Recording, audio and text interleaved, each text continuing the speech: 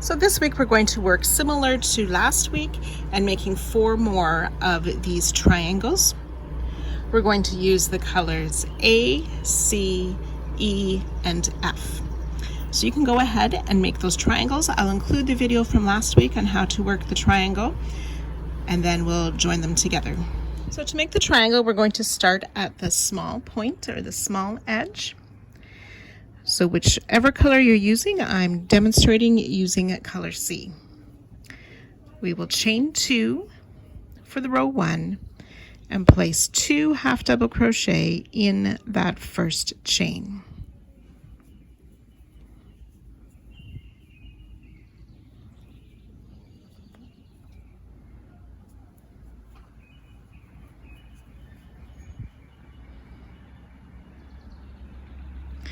We'll chain 1 and turn. Row 2, half double crochet in each stitch.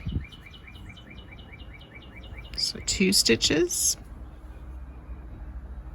chain 1 and turn.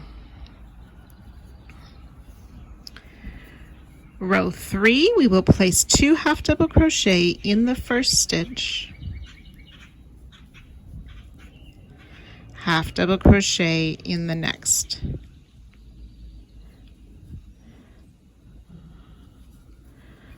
For 3 stitches, chain 1 and turn. All of the even rows from here on will be 1 half double crochet in each stitch across. So for row 4, that's 3 stitches, chain 1 and turn. All the odd rows or uneven rows from here on is 2 half double crochet in the first stitch, half double crochet in each of the remaining stitches. So for row 5, we have 4 stitches, chain 1 and turn. Row 6, half double crochet in each of the stitches across.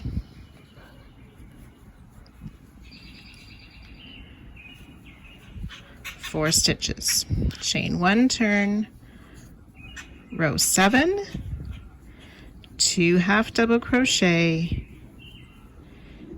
in the first stitch, half double crochet in each of the remaining stitches for 5 stitches, chain 1 and turn. Row 8, half double crochet in each of the stitches.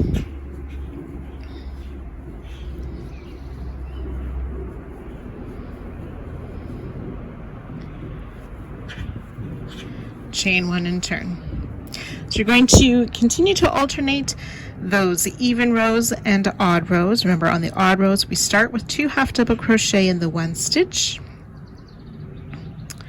and that gives us our increase. So we have a straight edge along the bottom, and we'll gradually increase the size and number of stitches. So refer to the chart. In the pattern, you want to make a total of 44 rows, ending with 23 stitches.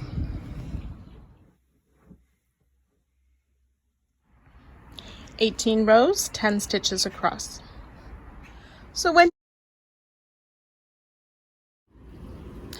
once you have all of your triangles made, you can join them or lay them out in the order you wish. The designer has suggested C, F, A, and E. So again, we will join those diagonal sides together between C and F and A and E, and then the straight line between A and F. Watching carefully at the edges here where blocks C and A will connect and F and E will connect. So use the same method of joining as you did for last week, and I'll meet you after that point.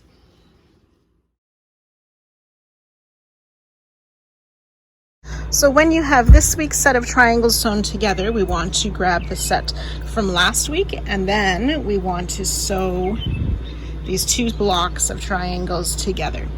So you can use the same method that you use to join the triangles together. We'll just sew these blocks of triangles together, and I'll meet you at that spot.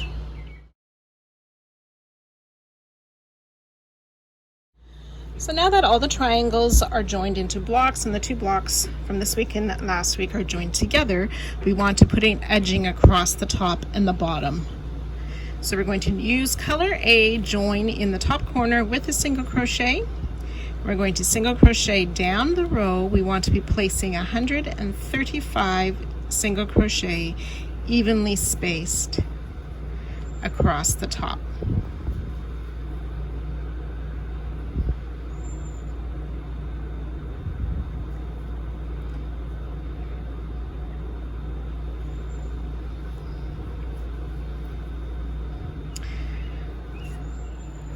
So that's about 67 across the top of each half with one in the middle. So when you have completed the 135 single crochet across, we'll chain one, turn, and working wrong side, we'll place a single crochet in each of the 135 single crochet down the row.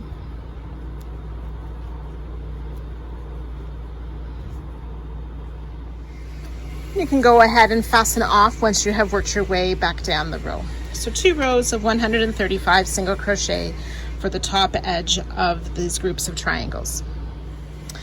So then we want to repeat that along the bottom, starting in the bottom corner, joining with a single crochet, working 135 single crochet evenly spaced, and turn and work another row of single crochet back down.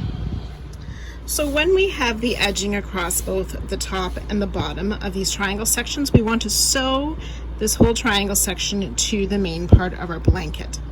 So you can either sew it together using the whip stitch, or you can crochet it together like I will with a slip stitch join.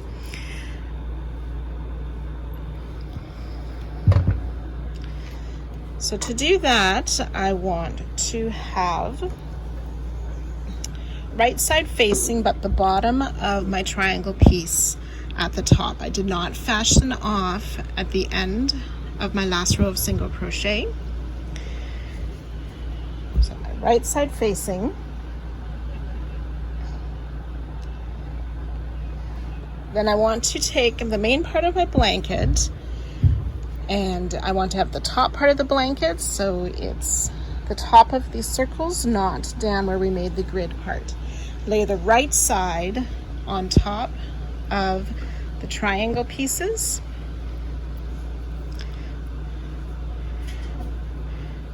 And then I'm just going to go through both loops of the first stitch on the main part of the blanket, both loops of that first stitch on the triangle part.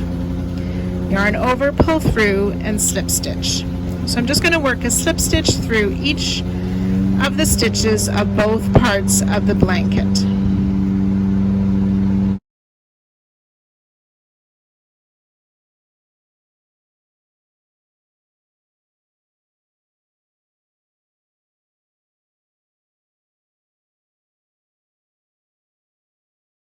And then when you open it up, the seam looks like that. So you can go ahead and either sew these pieces together or crochet them as I'm doing, and that will complete this week.